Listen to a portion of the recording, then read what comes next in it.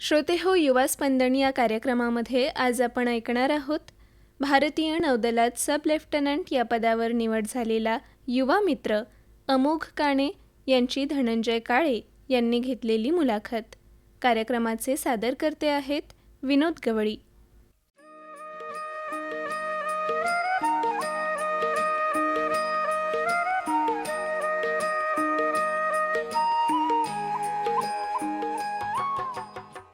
Good morning. नमस्कार मित्रहो, नमस्कार. उज्ज्वल भविष्याची स्वप्ने डोळ्यात साठवून जीवनाचा मार्ग शोधणाऱ्या सर्व युवा मित्रांचं आजच्या आपल्या युवा स्पंदन या कार्यक्रमात मी धनंजय काळे अगदी मनपूर्वक स्वागत करतो. मित्रांनो, स्वप्नांना जर जिद्दीची पंख लाभली, परिश्रमांची दिशा मिळाली आणि राष्ट्रसेवेची ओढ मनामध्ये अखंड जागी राहिली तर यशाचे क्षितिज स्वतःहून जवळ येते. ज्ञान, कर्तृत्व आणि देशभक्ती यांचा सुंदर संगम घडला की व्यक्तिमत्व केवळ यशस्वी होत नाही तर समाजासाठी प्रेरणेचा दीपस्तंभ बनतो.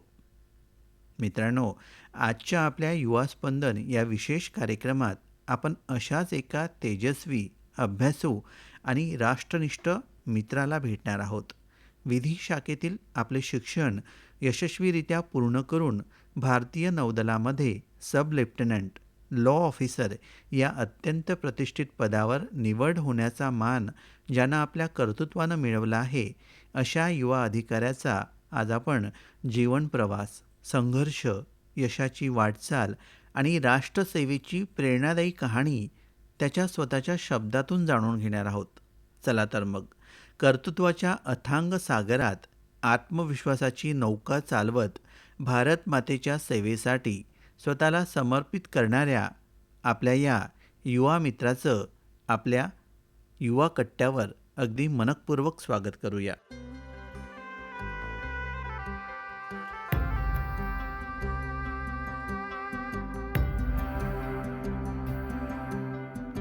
बहती हवा सा था वो,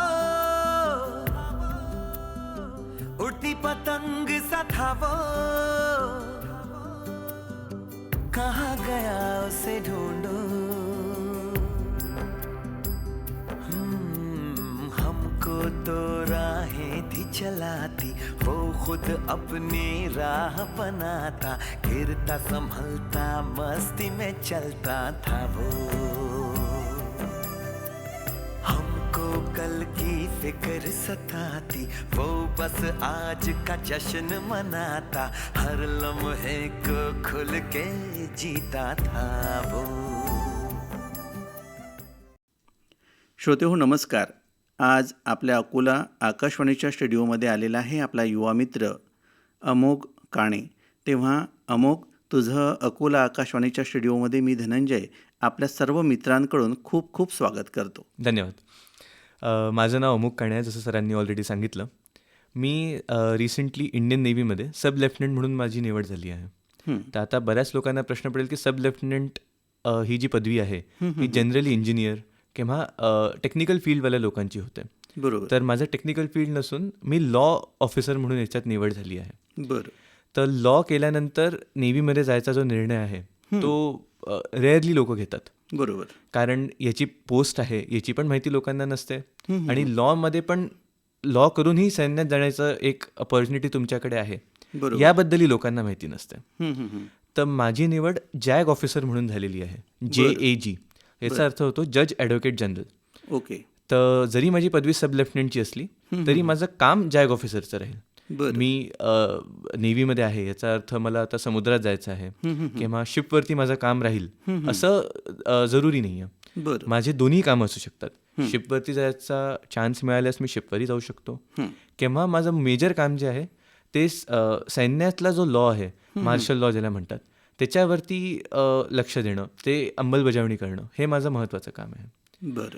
अमोघ, तुझ्या बोलण्यातून असं जाणवतं की तुला खूप काही आपल्या मित्रांना सांगायचं आहे, त्यांच्याशी बोलायचं आहे, गप्पा मारायच्या आहेत आणि तुझ्यातही ती एक्साइटमेंट आहे. खरं तर नेव्ही हा शब्द आपण जेव्हा उच्चारतो, जेव्हा ऐकतो, जेव्हा वाचतो, तेव्हा एक असं थ्रिल आणि एक उत्सुकता असते त्याबद्दल. तर नेव्हीमध्ये जाण्याचा तुझा निर्णय हा कसा आणि तुला याची प्रेरणा कुठून भेटली?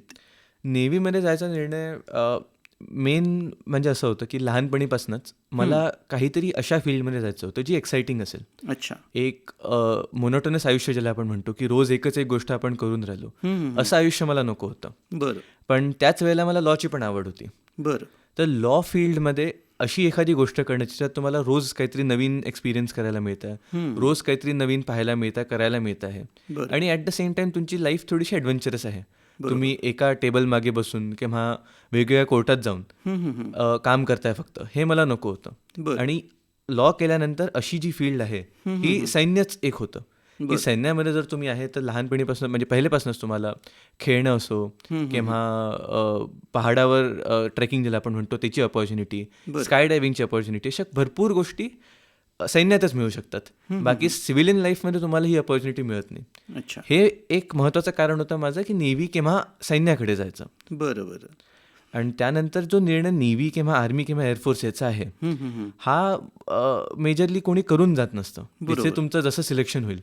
आता ही जी पोस्ट आहे, आपण जेव्हा मी लॉचं सांगितलं, ही तिन्ही फोर्सेसमध्ये आहे, म्हणजे नेव्हीमध्ये पण आहे, आर्मीमध्ये पण आहे आणि एअरफोर्समध्ये पण आहे. बरं. आणि सिलेक्शनच्या बेसिसवर मग डिसाईड केलं जातं. अच्छा. तर आपण याविषयी आणखी बोलूच, पण मला तू हे सांग सुरुवातीला की आज आपण पाहतोय मुलगा 10वी-12वी झाला की घरच्यांचं किंवा विद्यार्थ्यांचं स्वतःचं पण असं असतो की आपण JEE देऊ, नेट देऊ किंवा आर्किटेक्ट, ह्या सर्व बाबी सोडून तू लॉ ही फील्ड का चूज केली? लॉचं माझं पहिलेपासून खूप घनिष्ठ संबंध असं मला म्हणता येईल. म्हणजे माझे वडील सुद्धा लॉयर आहे. माझ्या आईनी पण लॉ केला आणि सध्या अकोला डिस्ट्रिक्ट कोर्टमध्ये आहे, रजिस्ट्रार आहे. ओके. माझा सख्खा मोठा भाऊ पण जज आहे.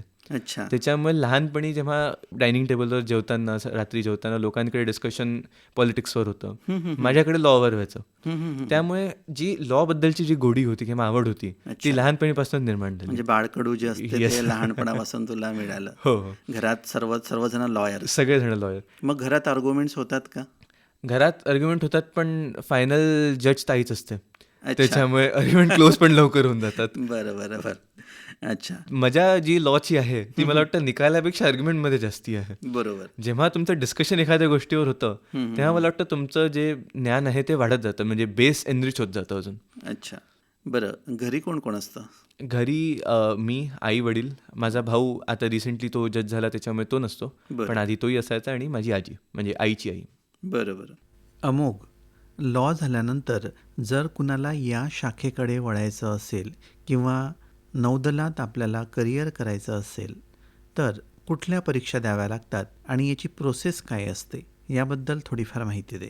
तर नेव्हीमध्ये म्हणजे कोणतीही फोर्सेसमध्ये वेगवेगळ्या प्रकारचे ऑप्शन्स तुमच्याकडे असतात. बरोबर. तर सगळ्यात पहिलं आणि जो कॉमन आहे, जो इंजिनियर्ससाठी किंवा बाकी सगळ्या फील्डसाठी लागतो, तो म्हणजे आधी तुमची एक एंट्रन्स एक्झाम असते, बेसिक एक्झाम असते, जी क्लिअर केल्यावर तुम्ही एक SSB म्हणून देता. तर या सगळ्या प्रोसेसमध्ये सगळ्यात महत्त्वाची जर कोणती परीक्षा असेल तर ती SSB आहे. SSB जी परीक्षा आहे ती 5 दिवसाच्या कालावधीत होते. आणि त्याच्यात 3 मेजर ॲस्पेक्ट असतात. एक असतं तुमचं ग्रुप ॲक्टिव्हिटी, एक असतं तुमचे सायकोलॉजिकल टेस्ट, आणि एक असतं इंटरव्ह्यू. म्हणजे आता तुम्ही विचार करू शकता की 5 दिवस तुम्हाला ते सगळ्या परीने पाहतात. हे जे 3 लोक आहे, सायकोलॉजिस्ट, इंटरव्ह्युअर आणि ग्रुप टेस्टिंग ऑफिसर, हे 3 लोक तुमच्याकडे लक्ष देऊन असतात आणि तुमच्या पर्सनॅलिटीच्या 3 ॲस्पेक्ट्सकडे त्यांचं लक्ष असतं. तर आता एखादा व्यक्ती जर आहे जो इंटरव्ह्यूमध्ये खूप चांगला आहे, पण तुमच्या लक्षात येते की सायकोलॉजिकली तो मुलगा स्ट्रॉंग नाही आहे, तर मग तिथे त्याची निवड होत नाही. तर जी SSB जी एक्झाम आहे ती सगळ्यात महत्त्वाची असते. आणि त्यानंतर तुमचं मेडिकल आणि मेरिट लिस्ट, अशा प्रकारे तुमचं सिलेक्शन त्याच्यात होतं. आता स्पेसिफिकली आपण जेव्हा लॉची गोष्ट करतो तेव्हा लॉसाठी एंट्रन्स एक्झाम जी पहिली असते ती होत नाही नेव्हीमध्ये सध्या. आता पुढच्या जो सायकल आहे त्याच्यात मे बी इंट्रोड्यूस करतील, बट सध्या आमचं जे म्हणजे माझं जे सिलेक्शन होतं, शॉर्ट लिस्टिंग सगळ्यात पहिले होते की आता जर 1000 मुलांनी अप्लाय केलं तर शॉर्ट लिस्ट करतात. इतक्या मुलांना तर SSBला बोलवू शकत नाही. बरोबर. तर शॉर्ट लिस्टिंग ग्रॅज्युएशनच्या मार्क्सवरती झालं. ओके. आणि त्याच्यानंतर मग SSB देऊन मेडिकल करून मग सिलेक्शन होतं. बरं. तू कायदा शाखेतील विद्यार्थी आहेस, कायद्याचं शिक्षण घेतलेलं आहे, तर कायदा शाखेतील शिक्षण आणि नौदलातील लॉ एक्झिक्युटिव्ह ब्रांच यांचं रिलेशन काय, यांचा संबंध कसा आहे? संबंध मला असं वाटतं की तुम्ही कोणत्याही फील्डमध्ये असले तरी कायदा अशी गोष्ट आहे जी तुमच्यासोबत आयुष्यभरासाठी राहते. बरोबर. म्हणजे तुम्ही कायद्याशी निगडीत असा किंवा नसला तरी कायदा लहान मुलापासून मोठ्यांपर्यंत सगळ्यांना लागू असतो, बरोबर. त्याची माहिती असो नसो. तसंच सैन्यामध्ये पण कायद्याची तेवढंच महत्व आहे बरोबर. की आता कोणताही जर निर्णय घ्यायचा तर तो कायद्याशी जेव्हा तुम्ही रिलेटेबल असतो तेव्हाच घेऊ शकता, नाहीतर कोणताच निर्णय घेणं शक्य नाही आहे.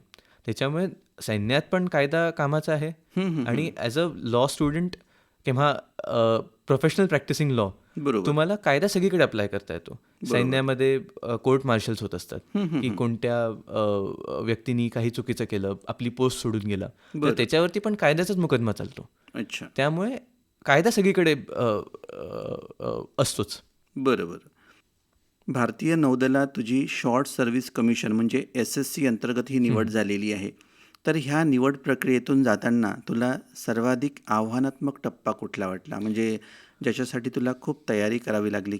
सगळ्यात आव्हानात्मक तर SSBत राहणार आहे. बरं. एखादी परीक्षा जी तुमची 5 दिवस चालते, तुम्हाला पहिल्या दिवशी तिथे गेल्या गेल्या तुमच्याकडनं फोन घेऊन घेतात. म्हणजे आता या काळात ज्यांना सगळ्याच युवकांना फोनची इतकी सवय असते की दिवसभर फोन हातात हवाच, बरोबर. फोन वापरायचा आहे, तेव्हा तुम्हाला फोन मिळत नाही. तुम्ही एका जागेवर जाता, तुम्हाला राहायचं पण तिथेच आहे, 5 दिवस जेवायचंही तिथेच आहे. त्याच्यामुळे SSB सगळ्यात महत्त्वाचं आणि कठीणच म्हटलं जाईल. बरोबर. आणि त्याच्यासोबत ज्या तिथे एक्झाम्स तुमच्या परीक्षा घेतल्या जातात, त्याच्यात तुमचं सायकोलॉजिकल पण होतं, फिजिकल पण होतं. म्हणजे तुम्ही परीक्षेत चांगले आहात की तुम्ही लिहू चांगलं शकता, बरोबर. याच्या बेसिसवर तुमचं सिलेक्शन नाही होत. तुम्हाला त्याच वेळेला फिजिकल पण चांगलं जमलं पाहिजे. तिथे वेगवेगळ्या प्रकारचे ऑब्स्टिकल रेस होतात. अच्छा. तिकडे ऑब्स्टिकल कोर्स असतो जो तुम्हाला क्रॉस करावा लागतो. तुमच्या थिंकिंग तिथे पाहिल्या जाते. एक ऑब्स्टिकल कोर्स असतो ज्याच्यात तुम्हाला दोरी दिली जाते, एक फट्टा म्हणजे आपण ज्याला म्हणतो तो दिला जातो आणि एका जागेवर दुसऱ्या जागेवर क्रॉस करायचं असतं. बरं. तर पुस्तकीय ज्ञान असून याच्यात चालणार नाही तुम्हाला. बरोबर. तुम्हाला जगाबद्दल पण माहिती पाहिजे. तुमचा इंटरव्ह्यू जेव्हा होतो तेव्हा जिओ पॉलिटिक्सबद्दल विचारलं जातं, पॉलिटिक्सबद्दल विचारलं जातं, स्वतःबद्दल सुद्धा विचारलं जातं. बरोबर. त्याच्यामुळे सेल्फ अवेअरनेस घेऊन तुम्हाला त्या परीक्षेत जावं लागतं, जी सगळ्यात कठीण गोष्ट आहे. सर्व गुण संपन्न तिथं Yes. पाहिजे, शारीरिक मानसिक आपण तंदुरुस्त असायला हवं. बरं, ही सर्व तयारी करताना किंवा ह्या परीक्षेची तयारी करताना तुझी तयारी कशी होती? तू कुठून सुरुवात केली? तर मला असं वाटतं की या टेक्नॉलॉजीच्या काळात सगळ्यात चांगला रिसोर्स जो कोणत्याही व्यक्तीकडे असू शकतो तो म्हणजे यूट्यूब आहे. बरोबर. आता तिथे जेव्हा मी परीक्षा द्यायला गेलो, सगळे मुलं कुठून ना कुठून कोचिंग क्लासेस किंवा अशा प्रकारे शिकून आले होते. बरोबर. पण जी SSB जी परीक्षा आहे त्याच्यात मला वाटतं तुम्ही जेवढं नॅचरल जाल, त्यांना हे नको आहे की एक मुलगा तयारी करून आलेला त्यांना नको आहे. त्यांना पाहिजे की इनहेरंटली तुमच्यामध्ये एखादी क्वालिटीज ज्या असतात, आपण म्हणतो लिडरशिप क्वालिटीज, अच्छा. टोटल त्यांना ऑफिसर लाईक क्वालिटी म्हणतात. जी SSB मध्ये निवड आहे ती ऑफिसर लाईक क्वालिटीजच्या बेसिसवर होते बरं. की त्या क्वालिटीज तुमच्यामध्ये असल्या पाहिजे. त्या जर तुमच्यात असतील तर मग तुम्ही परीक्षा ती देऊ शकता. त्याच्यामुळे कोचिंग क्लास लावून तुमची तयारी होत नाही. तुम्हाला सेल्फ इम्प्रूव्हमेंट ज्याला आपण म्हणतो ते करूनच तुम्ही त्याची तयारी करू शकता. आणि त्याला सहाय्य म्हणून यूट्यूब किंवा पुस्तकं हे सफिशियंट आहे. अच्छा. आता एखाद्या विद्यार्थ्याला त्याचा लॉ कम्प्लीट होणार आहे किंवा कम्प्लीट झालं असेल, त्याला नौदलात जायचं आहे, त्याला ही पोस्ट क्रॅक करायची आहे, तर त्याला तू काय सांगशील? त्याने तयारी कशी करावं किंवा याचा फॉर्म कुठं मिळतो, याची रिक्रुटमेंट कशी होते, याबद्दल तू काय सांगशील? तर सैन्यामध्ये जर तुम्हाला जायचं असेल तर 3 वेबसाईट सगळ्यात महत्त्वाच्या आहे. Join Indian navy, join Indian army आणि जॉईन इंडियन एअरफोर्स. ओके. तर या वेबसाईटवरती कधीही फॉर्म आला की तुम्हाला कळतं, पण याचं वेगाने नोटिफिकेशन किंवा जाहिरात इतकी होत नाही. बरोबर. मला स्वतःला किती दिवस हा फॉर्म आला आहे याची माहिती नव्हती. बरं. त्यामुळे मला असं वाटेल ज्याचं लॉ आता होणार असेल, सगळ्यात महत्त्वाचं तर त्यांनी वेबसाईटवरती लक्ष ठेवावं बरोबर. की एखादी अपॉर्च्युनिटी जी तुम्हाला येते आहे ती तुम्ही नाही पाहिली म्हणून मिस नको व्हायला. सगळ्यात पहिलं तर ते आहे. दुसरं, तुम्हाला प्रिपरेशन ज्याला आपण तयारी म्हणतो ती पुस्तक घेऊन किंवा अशी नाही होत. तुम्हाला तुमची लाईफस्टाईल बदलावी लागते. सकाळी लवकर उठायचं, एक्सरसाइज करायचं, की मग कोणत्याही प्रकारची एक्सरसाइज असो, रोज सकाळी पळायला जाणं. त्याच्यानंतर तुमचं जे नेचर आहे की आता एखाद्या व्यक्तीची मदत करणं ही तुम्हाला जबाबदारी नसून सहजपणे झालं पाहिजे, हे महत्त्वाचं आहे. ते तिथे पाहिलं जातं की तुमचं नेचर कसं आहे. मदत करायचं नेचर म्हणा, कोणी अडथळ्यात असेल तर त्याला वाचवायचं नेचर म्हणा, या गोष्टी पाहिल्या जातात. बरोबर. तर अभ्यास म्हणजे पुस्तकी ज्ञान सोडून आपली पर्सनॅलिटी डेव्हलपमेंटकडे जास्ती लक्ष द्यावं, हे महत्त्वाचं आहे. बरोबर. अमोघ, मला हे सांग, या व्यतिरिक्त तुझ्या आवड काय, तुझे छंद काय आहेत? मला एक तर माझा सगळ्यात आवडता छंद म्हणजे माउंटेनिअरिंग, ट्रेकिंग ज्याला आपण म्हणतो तो आहे. मला कॉलेजमध्ये असतानाच काही मित्रांच्या थ्रू ट्रेकिंगबद्दल माहिती पडलं बरं. आणि फर्स्ट इयरपासून मग मी सुरुवात केली आहे की दरवर्षी मी एक ट्रेक तरी करतो, तो हिमालयामध्ये. अच्छा. तर खूप अपॉर्च्युनिटी असतात. आता ट्रेक अशी गोष्ट आहे ना की तुम्ही तुमच्या कम्फर्ट झोनच्या बाहेर असता आणि ज्या गोष्टी तुम्हाला ट्रेकमध्ये शिकायला मिळतात की जेव्हा तुम्ही अनकम्फर्टेबल आहे तेव्हा सुद्धा आपण पुढे जात राहणं, तर हे तुम्हाला ट्रेकमध्येच नाही तर आयुष्यात सुद्धा कामात येतं प्रत्येक वेळेस. त्या व्यतिरिक्त मला खेळ सगळे आवडतात. मी बॅडमिंटन खूप रेग्युलरली खेळतो. आता जवळपास 10 वर्ष झाली मी बॅडमिंटन खेळतो आहे. मी कॅरम पण स्टेट लेवल खेळलेलो आहे. क्या बात आहे. आणि सगळ्या प्रकारचे म्हणजे खेळ कोणताही असं मला वाटतं खेळायला मला आवडतोच, नक्कीच. की क्रिकेट, फुटबॉल सगळे त्याच्यात इन्क्लुडेड. मला येत असेल तर मजाच येते, नसेल तर शिकायला सुद्धा मजा येते. त्याच्या व्यतिरिक्त मला वेगवेगळ्या कॉम्पिटिशन म्हणजे डिबेट, मीडिएशन याच्यात सुद्धा खूप इंटरेस्ट आहे. ओके. तर लॉमध्ये शिकताना फक्त लॉ शिकायचा किंवा परीक्षा क्रॅक करायचा हा कोणाचाच एम किंवा गोल नको. बरोबर. तुम्ही लॉ करत असताना मूट कोर्ट असतात, बरोबर. मीडिएशन कॉम्पिटिशन असतात, डिबेट कॉम्पिटिशन असतात, त्याच्यात भाग घेणे तेवढंच महत्त्वाचं आहे असं मला वाटतं. बरोबर. सब लेफ्टनंट म्हणून जेव्हा तुझी निवड झाली तेव्हा तुझी पहिली प्रतिक्रिया काय होती? मला अजूनही आठवतं की पहिल्यांदा जेव्हा न्यूज आली, मी आईसोबत जेवायला बसलो होतो. मी, आई आणि आजी आम्ही जेवत होतो. तर जेवताना जेव्हा न्यूज मला कळली तर सगळ्यात पहिले लोक उत्साहाने ओरडतात, त्याच्यापेक्षा मी तर आधी शांत झालो. अच्छा. की एखादी जेव्हा इतकी चांगली बातमी कळते तेव्हा ते ॲब्झॉर्ब करून घ्यायला माणसाला वेळ लागतो. बरोबर. त्यानंतर देवाला नमस्कार केला आणि मग मी सगळ्यांना सांगितलं की अशी अशी निवड झालेली आहे माझी. अरे वा. अमोघ, तुझे खूप खूप अभिनंदन. मला हे सांग, तुझ्या या यशामध्ये घरच्यांचा किंवा तुझ्या मित्रांचा कितपत वाटा आहे? मला वाटतं घरच्यांचा वाटा तर सगळ्यात महत्त्वाचा असतो, की घरचे जे मोटिवेशन देतात, म्हणजे सुरुवातीपासून मला लॉ घेण्यात मध्ये प्रमोट करणं असो, ॲक्च्युली प्रमोटपेक्षा काही न म्हणणं, की आता घरच्यांनी हे पाहिलं होतं की सगळ्यांनी लॉ केलेला आहे, हो. तर त्यांच्या अपेक्षा जरी होत्या माझ्याकडनं की दुसरं काही करून पाहावं, तरी मी निर्णय घेतल्यानंतर मला न थांबवणं, त्यांनी किंवा- support हां, केला. त्यांना सपोर्ट मला प्रत्येक वेळेस केलेला आहे. बरोबर. मग आईचा असो की वडिलांचा असो की भावाचा असो. म्हणजे माझ्यापेक्षा जास्ती आनंद माझ्या सिलेक्शनवर जर कोणाला झाला असेल तर माझ्या भावाला झाला होता. अरे वा.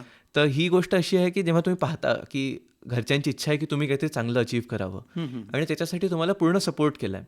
बरोबर. आता मी जसं म्हटलं की याच्यात पुस्तकी ज्ञान सफिशियंट नाही आहे, तर मला बाहेर जाऊ द्यायची परमिशन असो की ट्रेकला आता जाणं हे रिस्की आहे किती नाही म्हटलं तरी, त्यासाठी मला आईवडिलांनी प्रोत्साहित केलं की तू जा, काळजी घे पण जा. तर या गोष्टी खूप महत्त्वाच्या असतात. बरं. तर आता तुला काही दिवसातच INA म्हणजे ट्रेनिंगला जावं लागेल, तर काय भावना आहेत तुझ्या मनात? काय वाटतंय? मी खरं सांगेल तर थोडं टेन्शन पण आहे की आता ही एक नवीन जागा आहे, एक नवीन आयुष्य आहे पूर्णपणे, की ॲज सिव्हिलियन्स आपण खूप कम्फर्टमध्ये आपल्याला जगायची सवय असते. सकाळी उठण्याच्यापासून असो की एक्सरसाइज करण्यापर्यंत आपल्याला सुट्टीची सवय आहे मध्ये मध्ये. सैन्यामध्ये या सगळ्या गोष्टी नाही आहे. बरोबर. तर एक्साइटमेंट आणि टेन्शन ह्याची मिक्स्ड फिलिंग एक आपण ज्याला म्हणतो ती सध्या मला आहे. अच्छा. अमोघ, आपल्या या मित्रांना करिअर म्हणून NDAकडे पाहताना किंवा नेव्हीकडे पाहताना तू काय सांगशील? मी असं सांगेल की निर्णय घेणं कठीण असतं. बरोबर. तुम्ही जेव्हा 8वी 9वीत आहे, तुम्ही सैन्यात जायचं की नाही हा निर्णय घेणं कठीण आहे. जर तुम्ही तो घेऊ शकत असाल, जर तुमच्यामध्ये कॅपॅसिटी आहे, माझ्यामध्ये नव्हती, पण जर कोणामध्ये असेल तर NDA पेक्षा चांगला ऑप्शन कोणताच नाही आहे. बरोबर. तुम्ही 12वी नंतर सरळ NDA मध्ये जॉईन होऊ शकता. राईट. ते झाल्यावर तुम्हाला सैन्यामध्ये सिनियरिटी पण जास्ती मिळते, की तुम्ही 4 वर्ष समजा इंजिनिअरिंग करता आहे तर तेही वर्ष तुमच्या सर्व्हिसमध्ये कन्सिडर केल्या जातात. हा NDAचा खूप मोठा फायदा आहे. बरोबर. आणि त्या व्यतिरिक्त जर कोणाला जायचं असेल तर अपॉर्च्युनिटीज भरपूर आहे. राईट. एक लोकांच्या मनात असतं की मी डॉक्टर आहे तर मी जाऊ शकत नाही, मी लॉयर आहे तर मी जाऊ शकत नाही, असं काही नाही आहे. बरोबर. सैन्यामध्ये CA पासनं डॉक्टरपासनं वकिलापर्यंत सगळ्यांसाठी जागा आणि सगळ्यांसाठी अपॉर्च्युनिटीज आहे. बरोबर. तुमचं काम हे आहे की वेबसाईटवर जाऊन त्याची माहिती घेणं. अवेअरनेस मला वाटतं सगळ्यात महत्त्वाचं आहे. एखादी अपॉर्च्युनिटी मला माहिती नाही म्हणून सोडलं, याच्यापेक्षा मोठी चूक कोणी करू शकत नाही. बरं. SSC मार्फत तुझी ही परीक्षा दिली, या परीक्षेचे टप्पे कसे असतात? जसं मी आधी सांगितलं, परीक्षेचे टप्पे तेच असतात. सगळ्यात पहिले तुमची एक क्वालिफाईंग एक्झाम होते, ज्याच्यामध्ये तुम्हाला बौद्धिक च्या बेसिसवरती शॉर्टलिस्टिंग करतात. बरं. त्यानंतर तुमची SSB होते. आता SSB जी आहे ती सगळ्यात महत्त्वाचा टप्पा असतो. याची माहिती जर कोणाला हवी असेल, मी आता एका इंटरव्ह्यूमध्ये सांगू शकत नाही, इतक्या गोष्टी तुमच्यासोबत 5 दिवसात तुम्हाला करावं लागतात. बरोबर. तर याची माहिती यूट्यूबवर तुम्हाला मिळेल. ती वेबसाईट म्हणजे इंडियन आर्मी स्वतःही माहिती देते किंवा बरेच चॅनल्स आणि लोक आहे जे माहिती प्रोव्हाइड करतात त्याच्याबद्दल यूट्यूबवर. बरोबर. तर शॉर्टमध्ये जर सांगायचं झालं तर 3 टप्प्यात तुमचं डिवायडेड असतं SSBची जी प्रक्रिया आहे ती. एक असतं तुमचं सायकोलॉजिकल टेस्ट. त्याच्यामध्ये तुम्हाला वेगवेगळ्या प्रकारचे फोटो दाखवून त्याच्यावर स्टोरी लिहायची किंवा तुम्हाला एखादं शब्द देतील त्याच्यावरती लगेच वाक्य तयार करायचं. तुमचं प्रेझेन्स ऑफ माइंड त्याच्यामध्ये पाहिलं जातं. त्यानंतर तुम्ही स्वतःला किती जाणून घेता याची सुद्धा एक परीक्षा असते. त्याच्यामध्ये तुम्हाला काही प्रकारचे प्रश्न विचारले जातात. जसे तुम्ही स्वतःबद्दल काय विचार करता, तुमचे घरचे तुमच्याबद्दल काय विचार करतात, यांनी तुमचा सेल्फ अवेअरनेस किती आहे हे त्यांना जाणून घ्यायचं. बरोबर. तर हा एक झाला सायकोलॉजिकल पार्ट. ओके. त्याच्यानंतर दुसरा टप्पा जो असतो तो असतो इंटरव्ह्यू. तर इंटरव्ह्यू तुमचा बऱ्याच वेळ चालतो. 40 मिनिटं ते 1 तास तुमचा तिथे इंटरव्ह्यू होतो. बरं. आणि इंटरव्ह्यूमध्ये तुम्हाला काहीही प्रश्न विचारू शकतात, एनिथिंग अंडर द सन. बरोबर. म्हणजे त्याच्यामध्ये तुमच्या घरच्यांचंच विचारू किंवा अभ्यासाचं विचारू असं काही गरजेचं नाही आहे. बरोबर. तुम्हाला कुठलाही प्रश्न विचारू शकतात. बरोबर. त्याच्यामुळे तुम्ही तेव्हा न घाबरता प्रेझेन्स ऑफ माइंड तुमचं किती आहे, तुम्ही कशी उत्तरं देता याला महत्त्व असतं. बरोबर. त्याच्यानंतर दुसरं नेक्स्ट असतं ग्रुप टेस्टिंग ऑफिसर, म्हणजे ग्रुप ॲक्टिव्हिटी ज्याला म्हणतो आपण. त्याच्यामध्ये तुमचं फिजिकल आणि कॉन्फिडन्स हा मेजरली चेक केला जातो. की फिजिकलमध्ये एक ऑब्स्टिकल कोर्स पण असतो ज्याच्यात 1 ते 10 तुमचे ऑब्स्टिकल असतात विथ इन्क्रीजिंग डिफिकल्टी. ते तुम्हाला क्रॉस करायचे असतात. तुमचं प्लॅनिंग किती चांगलं, तुमचं डिबेट सारखा एक प्रकार होतो, ग्रुप डिस्कशन ज्याला आपण म्हणतो, की तुम्ही किती चांगल्याने तुमचं मत मांडू शकता, तुम्ही आजूबाजूच्या लोकांना किती चांगल्याने कन्व्हिन्स करू शकता, या सगळ्या गोष्टी पाहिल्या जातात. तर असं करून या तिन्ही गोष्टी एका वेळेला कल्मिनेट होऊन नंतर तुमचा निकाल लागतो. बरं. हे सगळं झाल्यावरती येतं medical.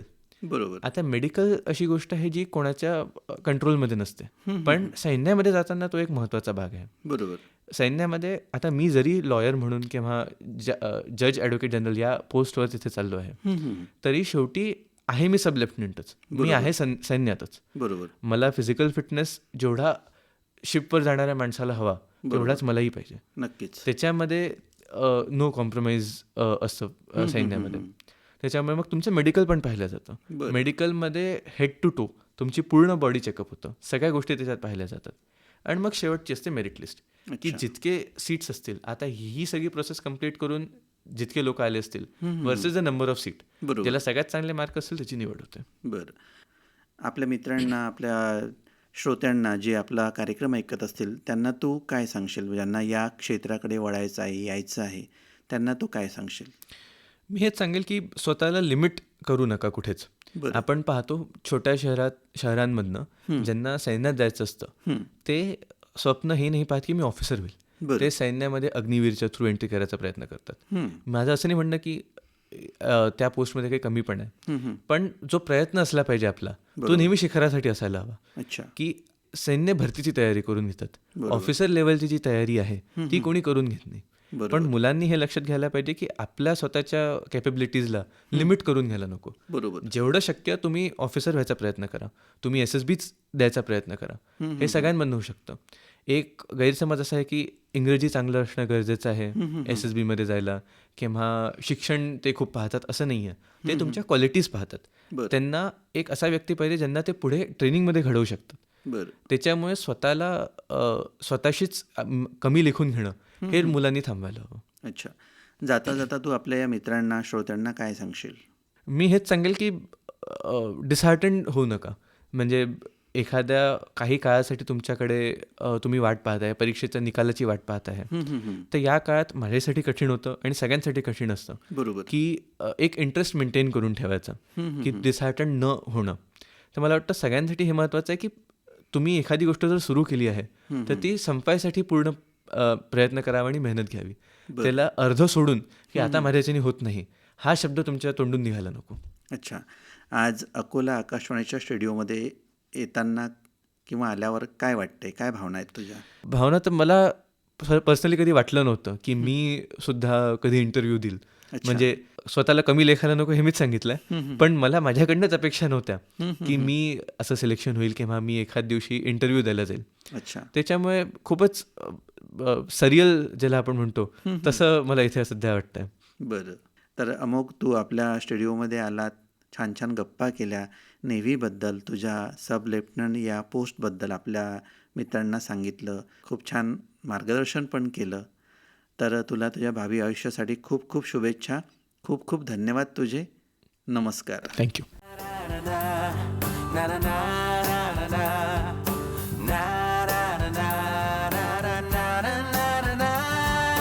Give me some sunshine, give me some rain, give me another chance. I wanna grow up once again.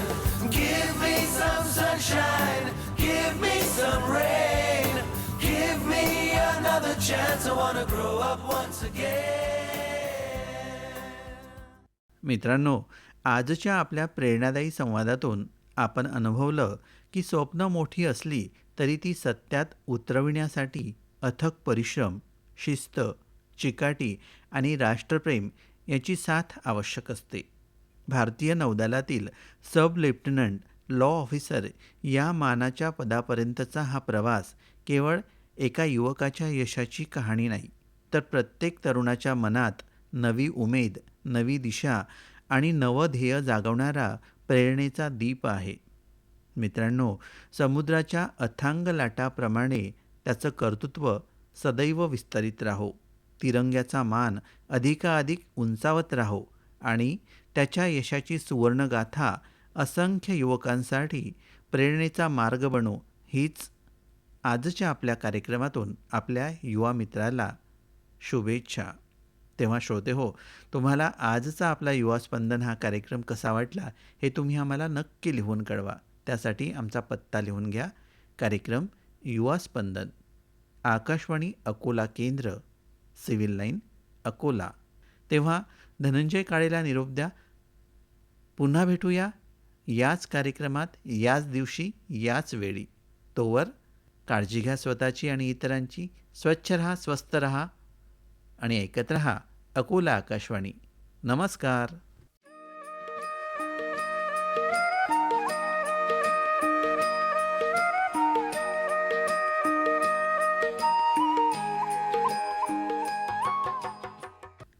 श्रोते हो, युवा स्पंदन या कार्यक्रमामध्ये आपण ऐकलीत भारतीय नौदलात सब लेफ्टनंट या पदावर निवड झालेला युवा मित्र अमोघ काणे यांची धनंजय काळे यांनी घेतलेली मुलाखत.